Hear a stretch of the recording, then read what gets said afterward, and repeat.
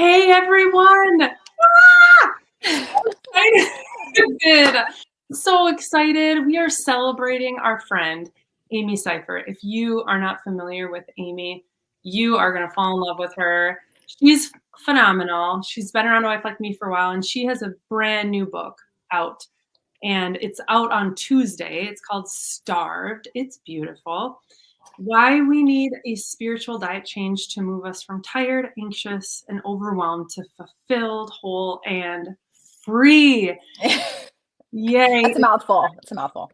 Isn't it it's what we want. It's what we crave. What? But we sometimes don't know that we need it. And that's what we're talking about tonight. How do we know if we are spiritually starved? What does it look like? How can we move toward feeling, living, experiencing the abundant whole life? So, Amy, welcome. You are so cool and fun. And we were connected years ago. You were one of the OGs of A Wife Like Me. Listen, so fun. The OGs. I mean, I love your heart for wives and for the church, and I'm all in. Like, I love what you're doing all the time. Well, It's so fun. same. You are in all the places I feel like people are finding you. You teach at Brookside Church, so you're on the teaching team there. You preach. Love, love, love, love, love. You are also the author of Grace Looks Amazing on You. If you've not read that book, you need to get that book. Also, you travel, you speak wherever, like women will have you, or pastors, whatever that looks like. Amazing. Yes. And you're over on YouVersion Bible app, like all the time. So that is so. So we can see you in all the places. And you have a podcast. The podcast, tell me the name again. It's off my brain right now. Well, I'll tell you, we pushed pause on the podcast, but it's called The Big Top. You can still listen to what's there. So there you go. The Big Top. Yeah. Okay. It's so good. Top. So you can hear Amy's voice there too. But just thank you. Thank you. Thank you for being with us. We're so pumped to chat about Starved. And P.S., if you want to win a copy, we're giving away a copy. Just comment right in the comments tonight. Me. Or if you're watching on YouTube, you can comment there too. Anytime you're watching, we're going to be giving that copy away. So just welcome. Is there anything you want to intro of yourself that I have not mentioned already? Oh, I love a good tennis game. So I'll tell you that tennis season is upon us. So we're doing this. That's great. Fun fact about tennis. The only Tell me. time I've played was on our honeymoon, and I was so bad that my husband, it literally caused an argument because he thought I was purposely playing bad, and I was not. You're like, no, babe, this is my game. This is like what's happening. Yeah, it's all I got. It was so funny. No. Any reference to tennis, I'm like, yeah, I think I'm gonna sit this one out. Good. For the betterment of our marriage. I'm just not gonna. That's hilarious. We thought you were purposely playing bad. I would be so offended. Like, I'm playing as hard as I can, actually. So just this is what you have. This is what you married. Yeah, I'm sorry. Surprise. But yeah, so that's great tennis. Kudos to that. My oldest son picked it up and he's a sophomore. And so my husband, Robbie, we're all playing. I'm like, I imagine if all five of us playing tennis, so we keep it like, you can't all five play at the same time, but yeah, I love it. It's the best sport. So. Good. Yeah. Well, let's gush over Starved, how pretty she is, and not just that inside, oh my land. Why did you feel the need? Why did you know this book needed to be written? Yes. Well, actually, it started under my own roof. It was my son 4.5 years ago started losing a ton of weight and was really sick, stomach pain. I mean, all the things. Lost 15 pounds in about 6 weeks, which is a lot on an 11-year-old boy. And we finally, all the tests, everything came back, and he was diagnosed with Crohn's disease. And so we decided to try a diet change to just punch Crohn's into remission. And as we're cleaning out every spice, I'm looking for, caking agents and like what's in my pantry, like I emptied my whole kitchen because we're starting over. And I was so overwhelmed, Amanda. I felt like I had been Googling late at night. I had been just feasting on my own anxious thoughts, the what if game, right? What if, And I felt like in that moment in my kitchen, the Lord said, I will shepherd you through this, but you have to come to me. Like I needed a spiritual diet change under Mm. our own roof. And the more I looked around our culture, I was like, I think we all need a spiritual diet change. I think we're feasting on things that are leaving us empty and malnourished. We need some changes. Yes, so good. Yeah. I'm like, I think we can all, without you going into great detail, understand what it is you're talking about. Because I think we know what it feels like, and I would even go as far to say, I think we know what it feels like to even be checking the boxes of what we think is supposed to fill us, right? Like, I got up Yes. early, I was in the Word, I go to that small group or that Bible study, I'm volunteering at church, I'm doing the things, like, I'm following the diet that I've Right. been told is gonna fill me, but Yes. I'm not being filled, like, I'm still Yes. starving. Yes. Yes. So, yeah, how do you, Yeah. like, how have you seen how like, what are like, how do we know if we're spiritually starved? Even though I think Yes. some of us, like, even that question, you're like, "Oh my gosh, Yes. I think I" you know what I mean? I'm starving. Yes. You're like, I'm starving. you know, 'cause it's Yes. hard to put words, like, again, you might be watching or listening, you're like, "Yeah, I think I already am, and I don't even know how to put words to it," right? Oh, yes. Yes. And what you just said, we could be checking all the boxes, doing all the spiritual things, but not really connecting to God and others. Like going through the motions will starve us. Yeah. Um, and even, I mean, right off the bat, the first chapter, I talk about our phones and how they're starving us. And even some of the research I was doing that the average American checks their phone 344 times a day. Yeah, and we're looking for it to feed us, and to validate us and to tell us what to do next, and we're just looking to our phone. I mean, what would it look like if even a third of the time we check our phone, what if we saved Psalm 23 on our screensaver, and instead of opening anything, we would read over 100 times a day that the Lord is our shepherd, and he's the one that is gonna feed our soul. Mm. So thinking through what are some, now, I'm not bashing phones. Phones can do amazing things, but they also steal our agency right in front of us. And what does it look like to practice putting down our phone for 5 minutes at a time and picking up silence, turning down the noise, and turning up the voice of God? And just some new meal replacements, not adding to the plate that we have because we can't add more, but looking at the plate that we already have and saying, okay, this isn't really nourishing me, and neither is this. I'm going to replace this with something. I'm going to do less phone, and I'm going to try the practice of silence and see if I hear God or see what happens to my body as it just lowers the temperature altogether. And Mm. so each chapter correlates to a spiritual practice, a simple practice to say, hey, this isn't working. Let's replace it with something else. Mm. That's so good. And because you're right, the idea of adding anything is Oh, overwhelming. So it's yes. like, and that's what I love. It's like, no, we're not gonna add anything. We're gonna just change. We're gonna Change replace. it. Instead of eating that thing, we're gonna eat this. What else? Like, just maybe you could name some other things, like phone, obviously, yes. What other things do you commonly see people, you, me, starving or excuse me, stuffing ourselves with? Yes. I don't know if this happens to you. I'm sure it does. I find myself feasting on the what if game and my Mhm. fears, really just feeding my own fears. And I mean, this just happened just the other night, a couple nights ago. I woke up at 3 a.m.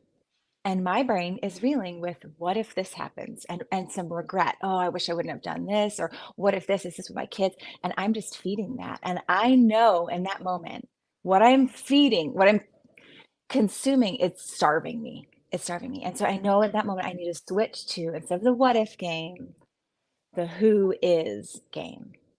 And so I'm like, okay, who is God? I need to think some new thoughts. I'm going to just right now, I'm just, who is God? That's what I need to know. And because I'm memorizing Psalm 23 very slowly with all my kids right now, I immediately thought, well, the Lord is my shepherd. I have everything I need. And just thinking through each one of who God is and shifting my perspective at 3 a.m. because, man, that panic was rising. And I just need to have new thoughts. I need to replace new thoughts with who is God. And pretty soon I start just thinking more and more about his character because the practice of reading my Bible and soaking in his character just started coming. And I ended up, I remember one of my last thoughts was, God is my shield from Psalm 3. And I fell back asleep. Mm. So just some shifts, some changes, meal replacements. Yeah, that's a big one for me. Anxiety and fear. Yeah, I don't think we would think about that. Like, feasting on something tangible, my phone, my schedule, my busyness, my tasks, but, like, internally, my thoughts, feasting Yeah. on the thoughts that are completely hijacking, they're empty calories, like, Yes. Yes. it's just so challenging and so good. It's because it's Yes. so real, it's so, like, typically what we will do, no matter what we are doing, practically speaking, internally, we're thinking Mhm. of things that potentially are, again, just gonna leave us starved. So, Yes. yeah. Yeah, so thinking of, yeah, and I talk about shame too, the shame narratives that we have, and how do we replace those with being the beloved and really sitting in my belovedness and not any kind of shame that's definitely gonna starve my soul and make me put up walls and be a perfectionist and all the things so that you can't reject me. But then I also talk about some just other real, like, we're exhausted. And so have we considered the Sabbath? And man, that's been a game changer for me. The Sabbath has been just last 15 years of fumbling through practicing the Sabbath. And I want to say practice because practice means we're learners. We're not good at it. We will fail, but we're we're engaging in something that we're honoring God with our time and our exhaustion.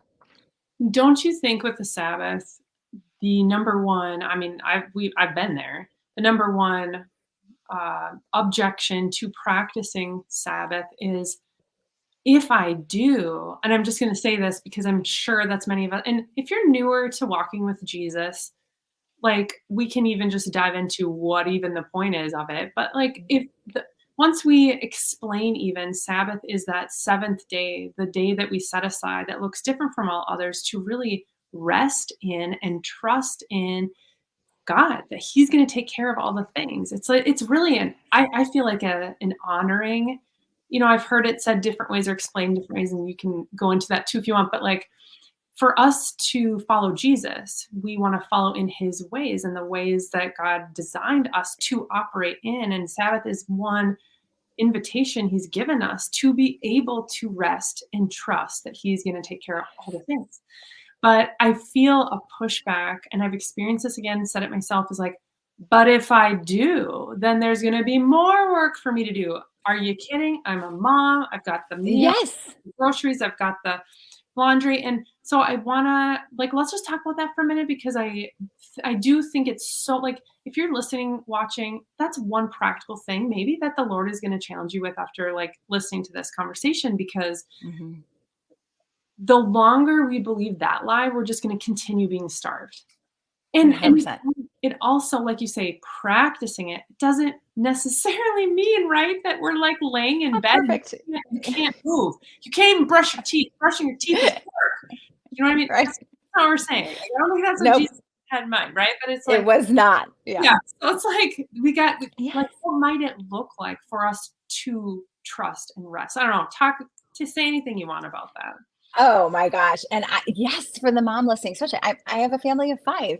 I remember the first time I read about practicing the Sabbath, I was like, wait, do you know who I am? Like, I can't just rest for one day. What does that even mean? Um, and overwhelmed by that, it felt like a burden. but then the more that I read and even started to try it, I was like, oh, first we can prepare for the Sabbath. And so even say I'm gonna prepare for my week on Saturday so that I can rest on Sunday. But also, I'm so struck by this, and this is John Comer points this out. But there are three things that God blesses in the beginning in creation. He blesses the animal kingdom, and that blessing is to go and be fruitful and multiply, make more life. And then he blesses humans and says, hey, humans, multiply and make more life. And then he blesses a day, the Sabbath, and said, Sabbath, I bless you to make more life.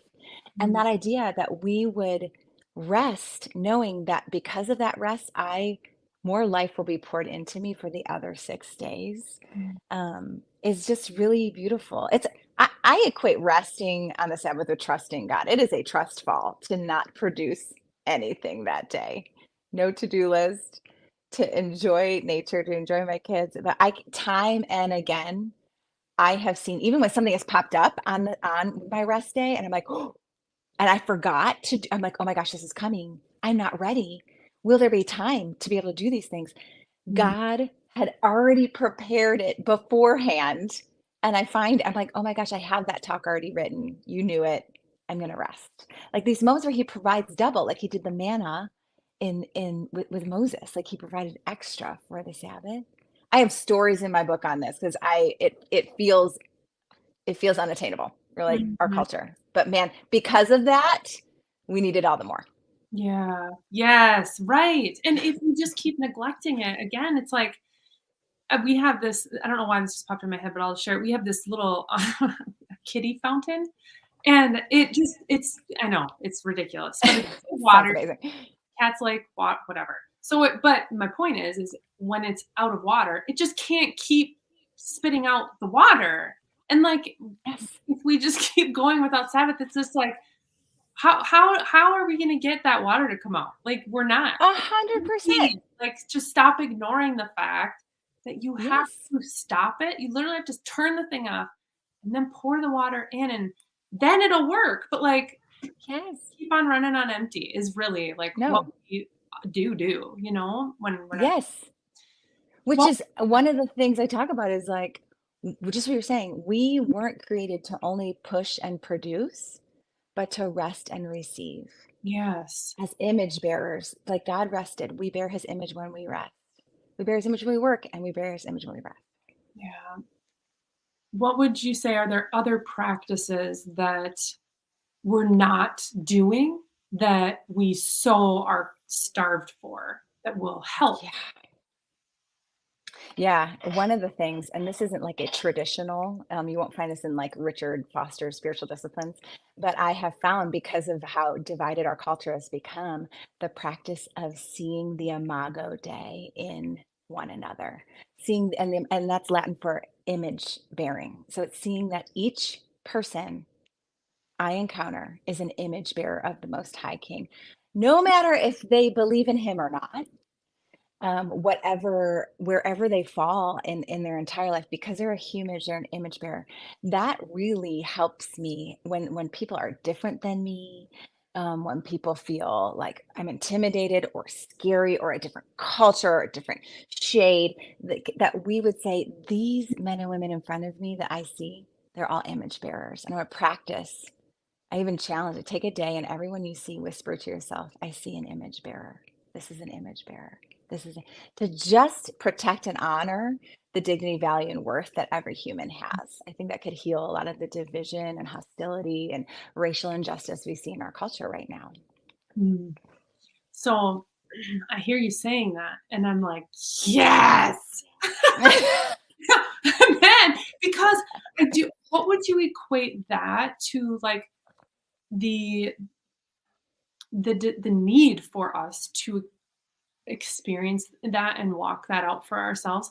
What is starved what in us is starved in relation to that, right? It's because we're not doing that, what is starved in us?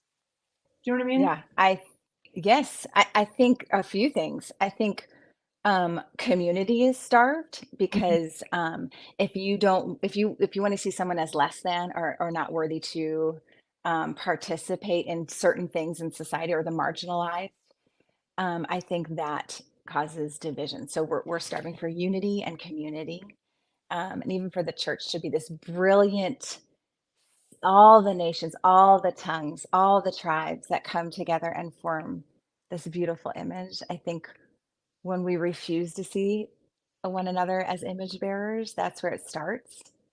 And then the divide keeps coming and coming and coming. We're seeing this all over the place. And the church is suffering and starving in this way. Yeah. Um, yeah, so I think it hits right at true community and living as the church, as a unified body. Mhm. So I hear that, and again, I'm like, "Mhm." And then in my, like, peripheral, I hear these, "Yeah, but" like, "Yeah, but they're not living like they're not living a lifestyle that honors God." You know, Yes.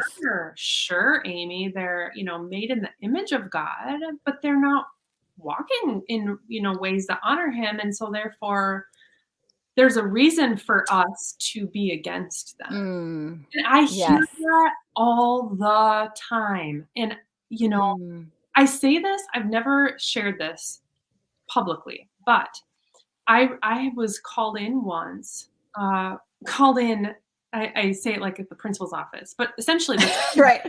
what it felt like. But, like, called in because there was concern over my leadership Mm. because I had befriended who I thought the whole world knew I was friends with all the people. I mean, I don't All know the people. if people don't know that, but it had come to their attention that I had befriended some homosexuals, and they were concerned, and I said very I mean, the anger, the righteous anger, you know, building in me during that conversation as it was starting was one hard to describe, but I was very excited to share with them, and in responding to that is of saying, I it's because I do love them. These are my friends. Yeah, they are my friends, and I love spending time with them. I adore them. Mm, I mm. truly cherish them. Yes. And, Yes. just leaving that conversation of like, "Oh my land, this is like a Yes. thing. This is a thing that Yes. we aren't valuing." That's just one people group, right? Like, we aren't Yes. valuing finding them worthy of time, love, energy, relationship, you name it. But I Yes. guess I would just love for you to speak into that. I know that that's a passion that God is just really like it should be for all of us, but He's really given you the voice to speak into that of then what is that like, how can we help our brothers and sisters not only for us personally to experience this and like again, like you said, be challenged. See everyone you come in contact with. You are an image bearer. Like you are created Yes. by our God. Like you are an Mhm. image bearer of Yes. God. And so like that for us personally, but then how can we too be a change agent in our communities where we Mm. don't see this happening? Yes. I keep thinking about the very first way, as you were talking, that God describes himself to Moses very early, second chapter of the Bible, very early on. And it is the callback over and over to God's character. And this is what he says in Exodus 34:6. Moses, Moses is like, hey, can I see your glory? And God is like, whoa, my glory is a lot. I'll stick you in a rock. I'll go over. You can see the backside of my glory. And after he sees the backside of glory, God proclaims, the Lord, compassionate and gracious, slow to anger and abounding in loving kindness and faithfulness. The first word out of God's mouth, compassionate. And if I don't know a better way to bear God's image and to be a follower of Jesus than to live compassion forward, the way Mm, God in the Old Testament that sometimes we think is he an angry God. No, in fact, he says, I'm slow to anger. This is third characteristic in Exodus 34:6. Compassion and compassion, I love the definition is empathy plus action. That is someone to be compassionate. I need God's compassion. I mhm, need to be a recipient. And then I want to continue to say, who am I to say anyone else doesn't need to be um, addressed with compassion immediately? I Mhm. don't, and to say, I'm going to move toward you with empathy. I'm going to put myself in your shoes. I have no idea what your day is like, what your life has been like, what has been said or done to you. But I know empathy plus action is a healer, and that's how God leads. And may we lead in his image in that way. Mhm. Yeah. And so lead by example, lead by example. I And mean, in yeah, his image, this is who he is. And may we lead in that way. May yeah, we love that way. I'm, yeah. yeah, yeah. I pray too that maybe like I'm just like I was tearing up listening to you talk because I hope, I think we would pray that whenever, if we see something other than that compassion, that we would have the bold courage to speak into it Yes, yes, and that we would be kindly, respectfully challenging that that is not the way of God. That is not the that this does not feel compassionate. This does not feel yes, that we're showing empathy in yes, action. yes. This feels different. And that even just putting words to that, this feels different than This that. feels different. This This doesn't feel like love. yeah, Like love. This feels more on the side of hate. What's going on here? That was the chief command. Love one another. Love God, love one another. God so loved the world, like the entire world. Like that includes like everybody. yep, period. Jesus's period. Jesus' call was anyone who thirsts in John 7. Anyone who thirsts, come to me. Yeah, yep, If you're yep, thirsty, you can come to Jesus. I don't yep, care where you land. That's the call. yep. Awesome. Can we just be there and He show is an inclusive call to yep, all. yep, Yeah. yep. So, thank you. Mm. Yeah. Um, how about what would you say because a huge like when I there was a shift. We were talking before I hit record. There was a shift a couple years ago for me when I had a health situation and Yes. I felt so awakened to the reality of like, oh my land, I might not be here for very long. Yes, none of us, right? Like we have no Right. idea, but like, hello, it's different. To be staring that in the face is like, whoo, right? Wakes you up Yes. a bit. Um, and so one of the things that the Lord really had been showing me previous to that experience was, Amanda, you have been missing out on a big part of me. Jeannie Cunyon's book, Mm. Don't Miss Out. I don't know if you've read that. I have not. So good. Oh, Essentially saying like you've been living apart from my presence, and yes. so then what does that look like? And so starting to learn and um it's like this journey of like, whoa, this awakening to I have not been experiencing all of you again. It's more of a check the box religion and not and we hear, even like I had heard the whole time I'd been a Christian, it's not religion, it's relationship, it's relationship, it's relationship. And so, but what I thought was relationship is built then by me waking up early, reading his word, which are all good things, being in the small group, Yes. serving at church, right? Like that's how Hmm. you do Yes. Boxes to check. to build relationship with him. But Mm. what would you say then is different? Because I know it's different because your book Yeah. and like how can we experience his presence? Yes. Man, I love that you're asking this. Okay, so I was diagnosed with adult ADHD in my 30s, and that put a lot of puzzle pieces together for me, like for my little life on. And when I was reading about some of the spiritual disciplines and practices, and one of the readings that I was reading about was silence, I was like, I am not good at silence. I like noise. I like bells and whistles. And I was afraid to try just even 5 minutes of silence. I was really overwhelmed by that. But I felt God calling me to do that. And I'm saying silence in the fact that I'm not trying to get anything. I'm sitting and being with God and he can speak to me or not, but letting myself be loved simply because I breathe. And That has been transformative. Even just yesterday, I was wrestling with a lot of fear of rejection, fear of abandonment, you know, a book coming out, I'm putting my words out into the world. How's it going to be received? And I just sat in silence and I put a timer for 10 minutes. I was just like, I'm going to have 10 minutes of silence here.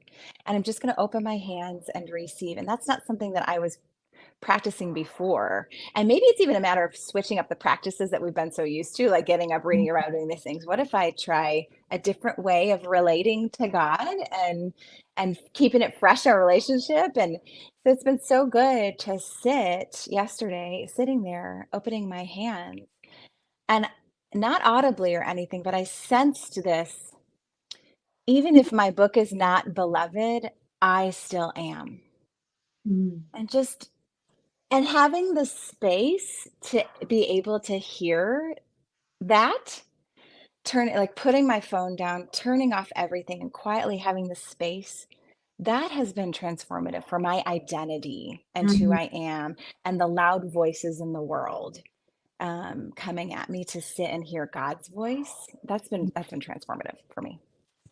Yes, I love that. There's been this, again, void for myself as well, and being able to turn everything off because I was also operating like there was still noise. When I would be still, there was still noise going on. So even good things like worship music, Yeah, absolutely. Amanda, turn it off. Turn Turn it it up. off, you know? All of it. All of it. Silence my phone, turn Yes. off the music, turn off the noise, and when my mind wanders, just bring it back, gently bring Just it bring back, it back. and Yep. get to know, like, the spirit of God, like, hi, and just, Yes. like, sitting there and like you say, just receiving. I love the hands being out, but, like, and I love just, like, try different ways to relate to Him, experience Him, and really not do anything, just to be with Him Yes. is a whole new concept for, I think, a lot of Christians. It was for me, and Oh, for sure. To be with him in a way you would with like a friend or a husband to say, let's go on, let's find a new restaurant. Let's take a new walk on a different, different path. Let's like experience something different and build that relationship in a new way. And now you have this experience and this adventure. And not to say, I'm telling you, there are many times I sit in silence and hear nothing, and it's very boring. And that yes. is fine. Yep. Or my grocery list is coming and I'm like, hey, I'm going to come back to you. But it's still so soul shaping Mhm. for me to Mhm. turn it down and learn to listen and be okay with myself Yeah, sitting there. yeah, yeah, yeah, that's good, that's really good. Yeah. How would you say so again, if you're just joining us, Starved is Amy Seifert's brand new book, and we're giving a copy away, so just comment "me" below, and you'll be entered to win. How would you say if we 'cause this is not really a question I wanna ask, but it is a question I'm going to ask because what I don't want us to think is like, "Oh, they're living on an unhealthy spiritual diet, or they're consuming an unhealthy spiritual diet, and they need to probably change that." It's like, "Yes, probably you start," right? Yes. So, but, like, at the same time, for those of us hearing this and are like, "I need this. I want this. I'm gonna get the Mm. book, and I, like, want this for not only me, but for my people." I see that we're rushed, we're exhausted, Yes. we're depleted. How can we what can we do to, like, bring people with us in this journey? Yes. Well, this is fun because there's a 6-week Bible study that goes with this. So you can grab your girls and do 6 weeks together, which is really fun. Do it. Um, Yes. But I mean, what would it look like to take one of the practices that I suggest and invite someone in to do that with you? Would it look like to say, "Hey, I'm gonna try to Sabbath this week. Do you want to try with me?" And we're gonna fumble around. Or what does it look like to say, "Hey, I'm gonna take I'm gonna try to write a shame narrative from my past in one sentence." And I want to take it to you. And can you help me find what is the true narrative and enter in with your sisters and community on what is true? Can you help me find what is a verse that says the exact opposite, or and to really engage others in the practice, because we need each other. There's so many times I cannot see what Yeah. other people can in my world. So yeah, I'm huge into inviting the communal aspect into some new meal replacements in your life. I think it's really important. So do that. And I Do always that. don't wait to see if you won. Just get get the book. The link is in the comments, and just seriously, because I really am so certain that there are so many things it's funny because I've often said, I think that as Christians in the body, we're living spiritually fat. But Stuffed but starving, right? right, Yes. right. Like, Yes. we're overweight in the amount of content we consume, and Yes. even, even good things, their cake is still good. Right. It's good. It's amazing. It has content within it, Yeah. but we are so spiritually overweight and starved for real nutrition. And Yes. so, like, Yes. just this is the stuff that really matters. Like, it really matters because it changes us. These are the places, like, when we get the real nutrients, we're completely transformed by it. Yes. And Yes. that's what transforms marriages and families and communities and workplaces. Not another thing, but, like, our Right. we are transformed. So, Yes. can't stress the importance of this enough. Yes. Is there Yes. anything, Amy, that we didn't talk about that you wanna share? Yes. Uh, Yep. I'll say this. Yep. I have been practicing, I call it the Father's Five, and it's just from this one verse in Luke 15:20. And there are five verbs ascribed to the Father who's welcoming the prodigal son home. If you're not familiar, you can read the whole story in Luke 15.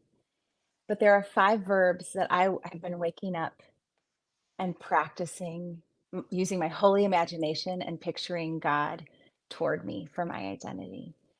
Because what he does is he sees the son coming home.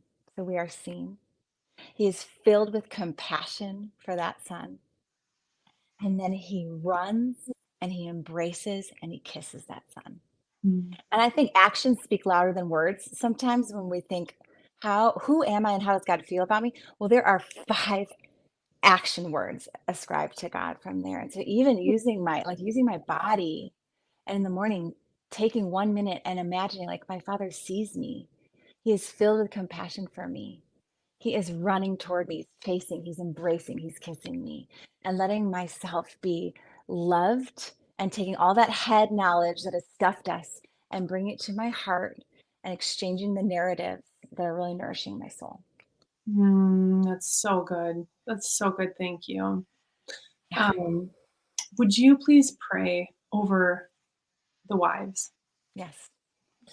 Oh God, thank you for this time. Thank you for Amanda's heart. Thank you for every woman that has tuned in, not by accident. God, you are an intentional God. You're an invitational God calling us, come, come, come to me all the time.